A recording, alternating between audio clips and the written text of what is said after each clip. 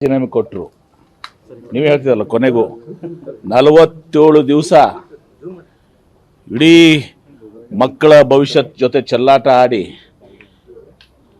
ಸುಮಾರು 10-20 ಮಕ್ಕಳು ಪ್ರಾಣ ಕಳ್ಕೊಂಡು 1.5 ಲಕ್ಷ ಜನ ಎರಡನೇ ನೀಟ್ ಪರೀಕ್ಷೆಗೆ ಇವತ್ತು ಹಾಜರಾಗಲಿಲ್ಲ ಮಾನಸಿಕ ಒತ್ತಡದಿಂದ. ಇವತ್ತು ಪ್ರಧಾನಮಂತ್ರಿಗಳು ಇವತ್ತು ನಾಚಿಕೆ ಪಡುವಂಥ ಪರಿಸ್ಥಿತಿ ಇದು. 24 ಗಂಟೆ ಒಳಗಡೆ ಇದನ್ನು ಮಾಡಬೇಕಾಗಿತ್ತು, ಏನಾದರೂ ಮರ್ಯಾದೆ ಉಳಿತಿತ್ತು.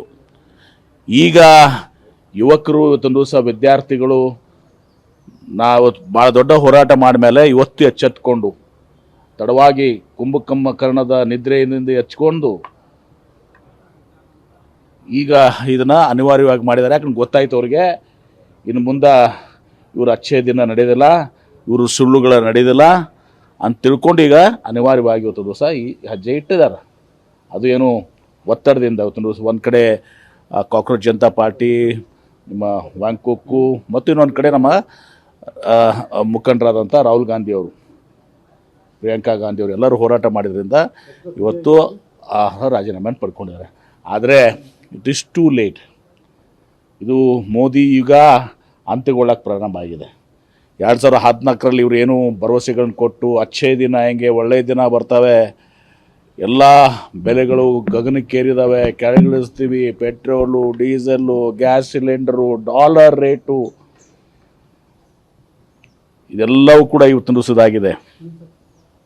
ಈಗ ನೆಕ್ಸ್ಟ್ ಬರ್ತದೆ ಎಥನಾಲ್.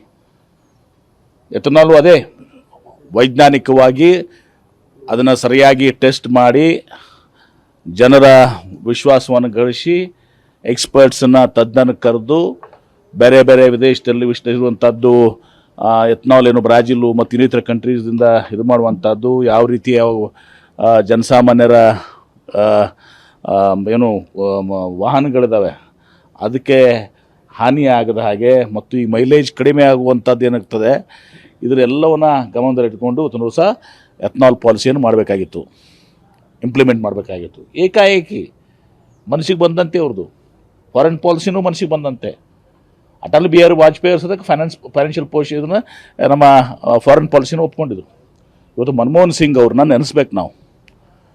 ನರಸಿಂಹರಾವ್ ಅವರು ಪ್ರಧಾನಮಂತ್ರಿ ಇದ್ದಾಗ ಮನಮೋಹನ್ ಸಿಂಗ್ ಅವರು ಫೈನಾನ್ಸ್ ಮಿನಿಸ್ಟರ್ ಆಗಿ ತದನಂತರ ಅವರೇ ಪ್ರಧಾನಮಂತ್ರಿಯಾಗಿ ದೇಶಕ್ಕೆ ಒಂದು ಅತ್ಯಂತ ಹೆಮ್ಮೆ ಪಡುವಂಥ ಒಂದು ಆರ್ಥಿಕ ವ್ಯವಸ್ಥೆಯನ್ನು ನಮ್ಮ ದೇಶಕ್ಕೆ ಕೊಟ್ಟಿದ್ದರು. ಸಂಪೂರ್ಣವಾಗಿ ಅದನ್ನು ಹಾಳು ಮಾಡಿಬಿಟ್ಟಿದ್ದಾರೆ ದೇಶ. ಅದು